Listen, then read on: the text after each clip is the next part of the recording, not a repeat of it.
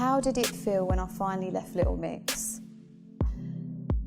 Okay, now I kept it in for such a long time, and that's why I kept breaking down and crying about it, because I had never spoken about it before. When you keep it all in up here, it just makes it 10 times worse.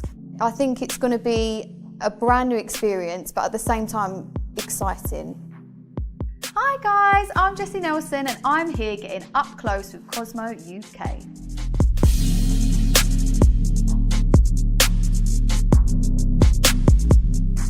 I'm going to be answering some questions about my life, my career, and everything in between, so let's go. Don't forget to subscribe now so you can see more videos like this.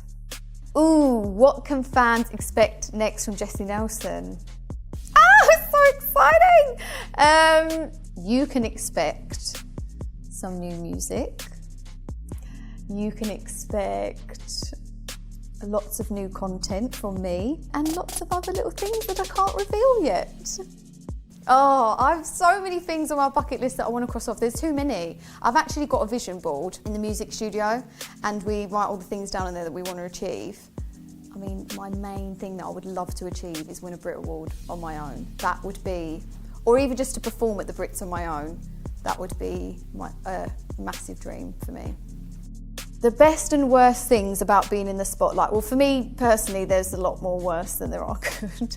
But the worst things are, I guess, everyone just being able to have an opinion on you when they don't actually know you, and kind of just having to deal with that on the daily. And eventually you do get a thick skin, but sometimes when you're having a bit of a crap day, it can really get to you. And the best things for me personally about being in the spotlight are genuinely just having the most incredible fans. Like, genuinely, majority of my fans have become my friends, and I speak to them pretty much nearly every day, and they're just amazing. How did it feel when I finally left Little Mix? It was a mix of emotions. I was sad, but at the same time, mentally, I felt free and like a massive weight had been lifted off my shoulders, because for me, I felt an enormous amount of pressure being in a girl group. Okay, the hardest part about being in a girl group for me was constantly being compared to 3 other girls and not feeling as though I was good enough. And the best part of being in a girl group was just everything that we achieved together, and just building the most incredible fan base and traveling the world together. Do you know what? I haven't really thought or had any reservations about going solo, because one, I've not really thought about it too much. I've genuinely just gone in the studio and I just wanted to go in the studio and have fun, because for me, music is my life, it's my passion, and it was something I was always going to do. So I haven't really thought too much about it. I mean, it's definitely going to be a massive shock to the system, because I've obviously been so used to having, you know, my 3 girls around me. But yeah, I think it's going to be a brand new experience, but at the same time, exciting. My day-to-day life now is a lot more chilled, for sure. I spend a good few more hours in bed, which is lovely. It's a lot more free, and I guess not as structured. Yeah. There have been actually a few band members that have reached out to me. Liam Payne from One Direction was one of them. He actually sent me a really nice message, just basically saying if I ever wanted to talk, he's always here, which was really lovely. If I could say anything to anyone that's struggling with their mental health at the moment, the best thing you can do is, 1, surround yourself with people that genuinely make you happy. Life is far too short to be around people that bring you down and don't make you happy. 2, talk to someone. That for me is the biggest part of mental health, talking to someone, letting it all out. When you keep it all in up here, it just makes it 10 times worse. And just be kind to yourself. I think as humans, we find it so easy to like put ourselves down. Like, it's so much easier for us to say negative things about ourselves than actually say positive things. And I think we genuinely have to like train our brains into actually being nice to ourselves, because we're not.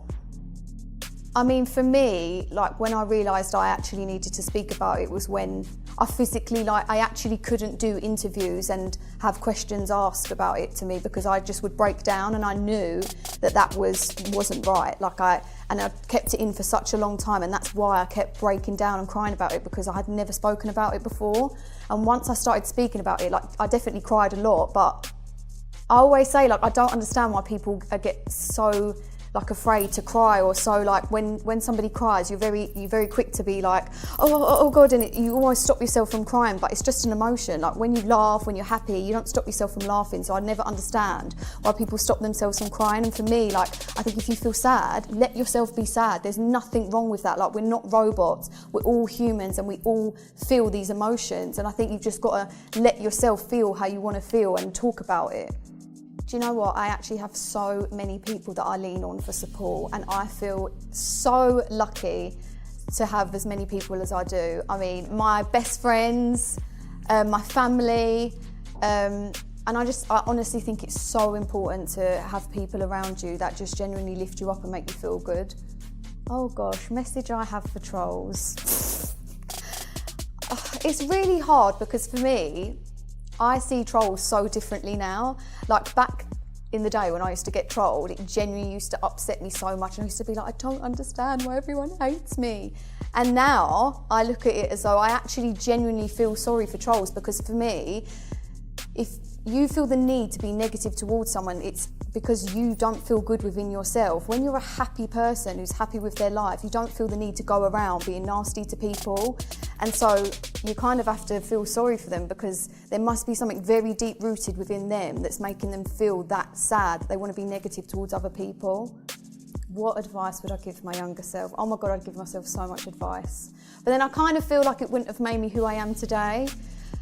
Oh gosh, I mean, I'd tell myself that it's going to be all right. You're going to get through it, even though you think you're not. And just enjoy every day as much as possible, because you live once, and as cheesy as that sounds, you never know when it's going to end. So yeah, just enjoy it to the fullest. Oh my gosh, when I'm at my happiest, when I'm with my friends and family, and that's the God's honest truth, or when I'm in the studio making music, that's when I'm my happiest. One of my happy places is when I'm with my friends or family, and all my girls will get together and they'll come to mine, and we'll just get a takeaway, we'll watch films. Me and my makeup artist, who's also my best friend Heidi, we love horror films, but we're the only two in our circle that love watching horrors, so yeah, it never really works out in the end. But I would personally watch a horror, a very twisted horror. Yeah, that's for me my happy place. My favourite red carpet look of all time. Ooh, probably when I did the NTA Awards and I had my big orange dress and I got to design it with Suzanne Neville, and that was so much fun. Yeah, I'd probably say that for me. But oh my God, I remember at the awards, a drunk lady stood on my dress and ripped it, and I was like, I was so angry. But at the same time, I was so happy because I'd won an award, so I was like, oh, whatever. So it's somewhere in my wardrobe with a big, massive rip in it, which is very unfortunate. I would 1,000,000% say it's harder to date when you're in the public eye, because you can't bloody get away from it. The amount of crap that I've seen written about who I'm with, who I'm seeing, who I'm dating, I'm just like, oh, no, it's definitely, a lot harder, I would say. If I could click my fingers and be anywhere right now with anyone, God, I really don't know. Because, would I go for a famous pop star, or would I just go for my best mate? I think I'm going to choose my best mate. But I've got too many best friends. Am I only allowed one? I'm going to take 3. I know I'm not allowed, but I'm going to take Heidi, Delem and Charlotte. Where would we be going? Oh, somewhere hot. Actually, a dream of mine has been to travel America, to just get in a camper van and just travel all of America. That is my dream, so that's where we'd be going. If I wasn't doing music, I feel like fans already know this, but I love dancing. Dancing is my main passion. I would probably say more than singing. I started off dancing when I was really young and then fell into singing. But obviously I was so lucky to get to do both. But yeah, I would like to be a professional dancer. I would love to make more documentaries. I don't think I'd like to do one right now unless it was something that I felt really passionately about, or it was something that was really close to my heart. But no, definitely, I'd definitely be up for doing more documentaries. I would never say no to acting. I acted when I was younger and I loved it. It'd be very scary now, like having to do auditions in front of massive directors. That would be terrifying. Thanks so much for watching. Make sure you leave a comment below and tell us what you think.